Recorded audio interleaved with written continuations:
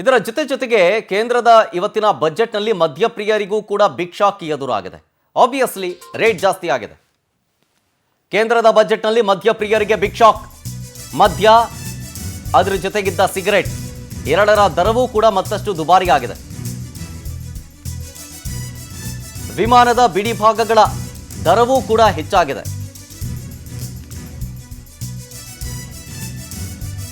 Solar energy ವಸ್ತುಗಳು ಮತ್ತಷ್ಟು ಇಳಿಕೆ ಕಂಡಿದೆ. ಜೊತೆಗೆ ಕ್ಯಾನ್ಸರ್ನ 17 ಔಷಧಿಗಳ ಬೆಲೆ ಮತ್ತಷ್ಟು ಇಳಿಕೆಯಾಗಿದೆ. 7 ಮಾರಕ ರೋಗಗಳ ಔಷಧಿಯ ಬೆಲೆ ಕಡಿತವಾಗಿರೋದು ಪ್ರಮುಖವಾಗಿ. ಯಾವ ಬೆಲೆ ಏರಿಕೆಯಾಗಿದೆ, ಯಾವ ಬೆಲೆ ಇಳಿಕೆಯಾಗಿದೆ ಗ್ರಾಫಿಕ್ಸ್ ಮುಖಾಂತರ ಗಮನಿಸ್ತಾ ಇದ್ದೀರಿ. ಸಿಗರೆಟ್ ಬೆಲೆ ಏರಿಕೆಯಾಗಿದೆ.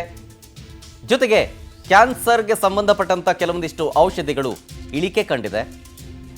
ಅಷ್ಟೇ ಅಲ್ಲ, ಮದ್ಯದ ದರ, ಆಲ್ಕೋಹಾಲ್ ಅದು ಕೂಡ ಏರಿಕೆಯಾಗಿದೆ. ಇನ್ನು ಜವಳಿ ಉತ್ಪನ್ನಗಳು ಅದು ಕೂಡ ಇಳಿಕೆ ಕಂಡಿದೆ.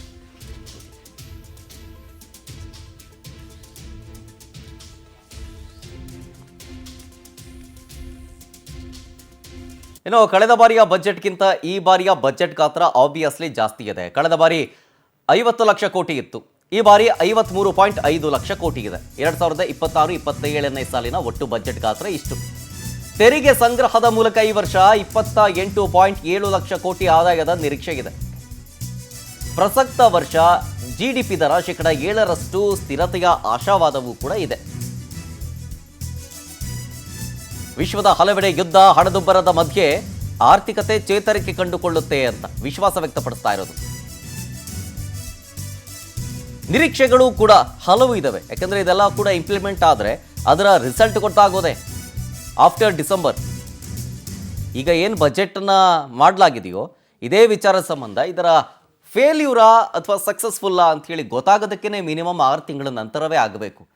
ನೆಕ್ಸ್ಟ್ ವರ್ಷ ಜನವರಿಗೆ ಗೊತ್ತಾಗುತ್ತೆ ಮ್ಯಾಕ್ಸಿಮಮ್ ಈ ವಿಚಾರ.